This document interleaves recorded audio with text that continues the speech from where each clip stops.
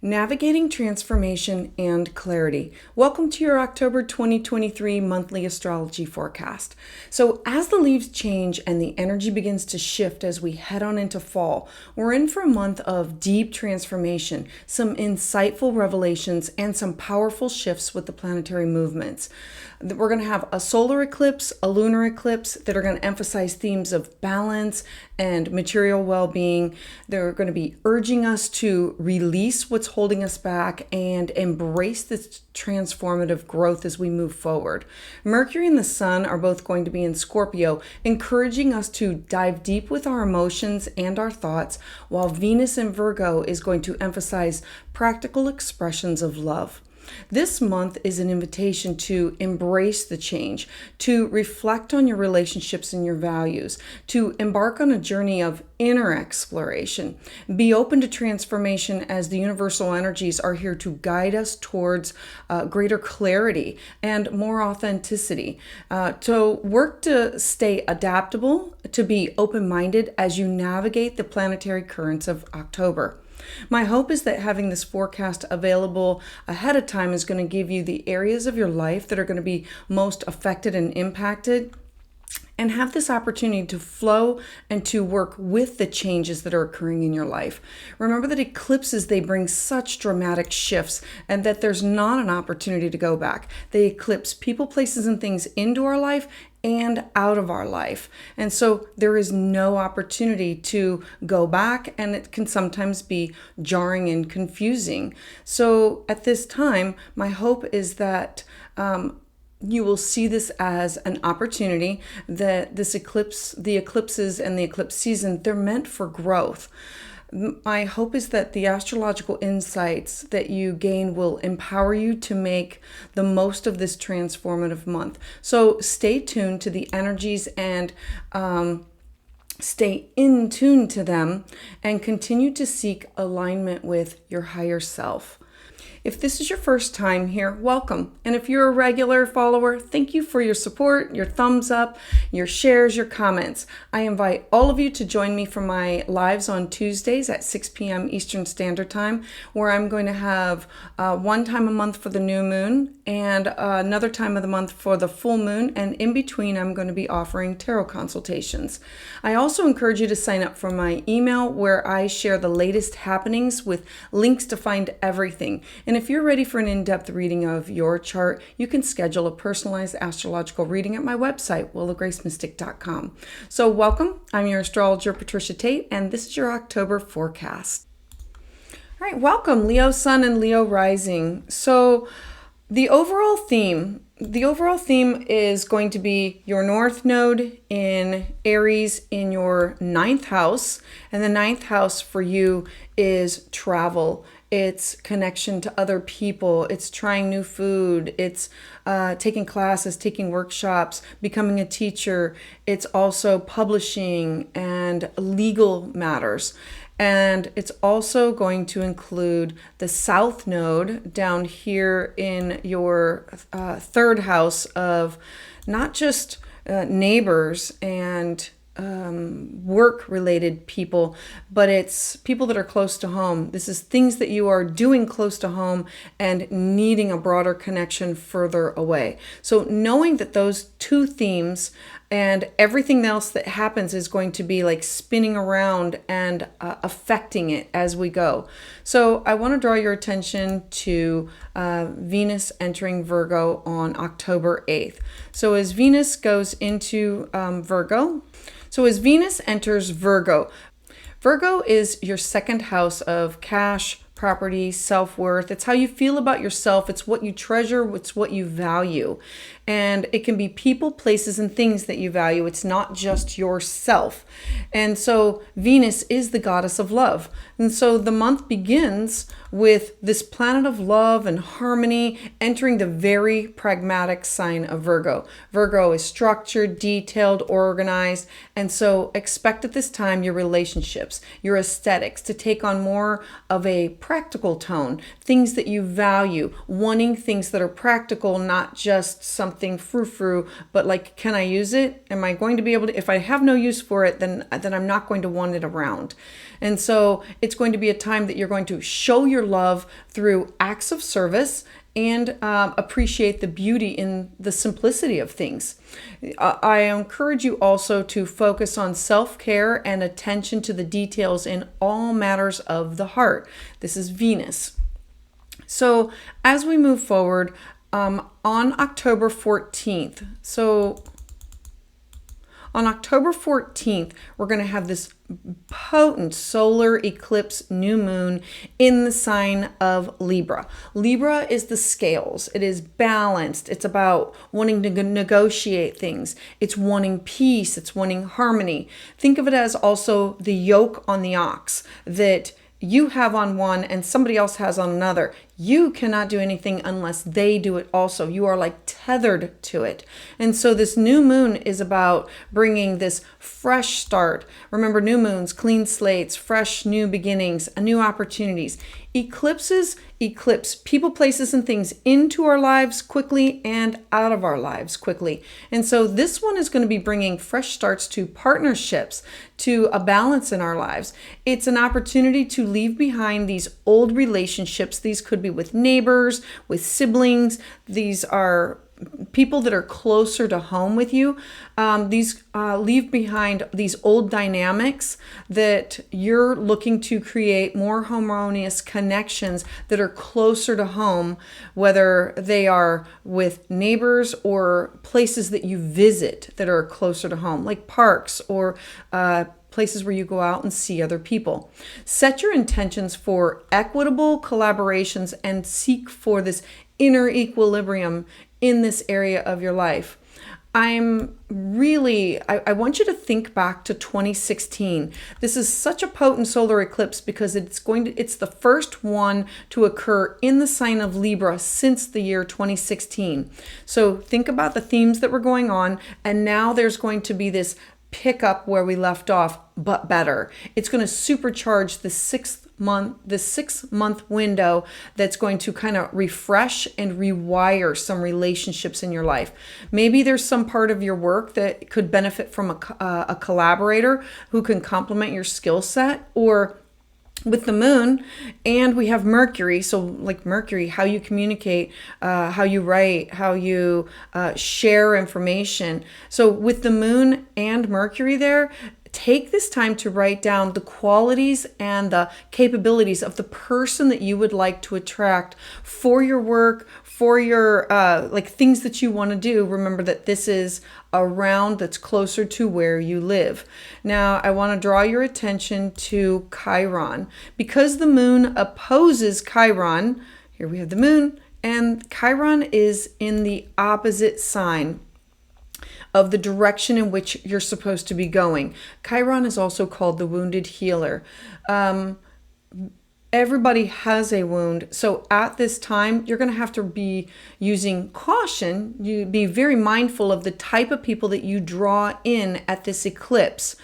I remind people that when you are helping people, if you help them and they can help themselves, that is really enabling. That is not helping. If you help someone, give them a lift up so that they can help themselves, that is really helping them. So look to find this balance and make sure that you are mindful of who you're drawing into your life at this eclipse time, that it's not going to be toxic, negative, or difficult in any way. Now, the lunar nodes. The lunar nodes always point to those areas of your life where you're asked to find a new direction for the next 18 months. And the lunar nodes, your north node is in your 9th house. This is you finding a new direction with diving into spirituality, taking some classes, traveling, connecting with people far and wide, publishing. This is also going to come through a rebalancing of your south node in your 3rd house. And so now the node's moving into the sign of Aries, your identity, you, and Libra down at the bottom of your chart about rebalancing who you are as an individual and who you are in these relationships and your social circles and your social networks with the people that live near you, your neighbors, your family. That's going to be what's going to be shifting and changing. With the South Node in Libra, some of your long-term partnerships or your alliances, they might come to a natural end. Remember that eclipses, when they bring people, places, and things in and out, it's a final. It's like there's no going back. You cannot unring the bell. And so the North Node in Aries is asking you to find your own unique voice. Aries is you, the warrior. It's what are your motivations? You need to be setting boundaries. You need to fight for your own individual goals. You need to find new ways in order to express yourself in a balanced and healthy way. Now, I want to draw your attention to the planet of Uranus. So Uranus is the planet of shock, surprise, and that is in your 10th house. It's there with Jupiter, but Uranus is the one that's being affected at the moment. So Uranus, think outside the box. Surprise, I didn't see that coming. The relationship with this eclipse is asking you to restructure your relationships, possibly with your people that, with your career, people that you network with, so that you can find more equality, more inclusiveness, more respect for each other's differences. Because it's in the house of your career, it's not just your career, it's your legacy. It's you being seen in the outside world. All right, so let's move on to October 22nd. So on October 22nd, we have the planet of Mercury entering into Scorpio. So Mercury is your thoughts, your ideas, your communication, and it's travel. And Scorpio is deep, intense, watery, wanting to get to the bottom of things. I love this at this time. This is going to be a time where Mercury entering into this deep, watery, intense sign is going to have you thinking deeply and asking those probing questions. This is going to have to do with your home, your family, your roots, your foundation. It's about possibly going back and looking at genealogy, understanding your family. This could be with your property, your real estate, but it's understanding what came before you, what came before, like the traditions, the family that came before you, and understanding that, diving into the depths of your thoughts and communicating how are you authentic, uncovering some hidden truths. At this time, there might be some truths that are finally brought out. So be cautious of any power struggles that you have in these discussions. So as we move forward on October 23rd, the very next day, the sun is going to join Mercury and Mars there.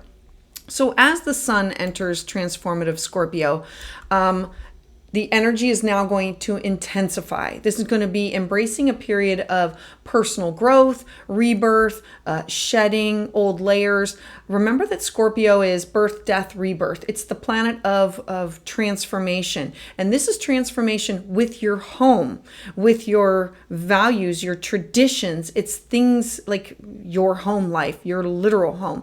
And so I think of this time period as like you being a snake. And with the snake, you're growing, you're changing, you're evolving. You're going to have to shed your skin. You're going to have to get rid of the old and let go of it. Get rid of the old layers, the old skin, because use this time to let go of this no longer serves you, and focusing on what are your inner desires, what are your inner passions, you diving deep into what makes you personally happy. And then on October 28th, so on October 28th, now we have this another culmination. The month is going to conclude with a lunar eclipse at the top of your chart. So we have the moon in Taurus in your career, conjunct Jupiter, and then we have the north node of you. You're supposed to be traveling, you're supposed to be connecting with these people, places, and things, and doing all this. And so what does it mean?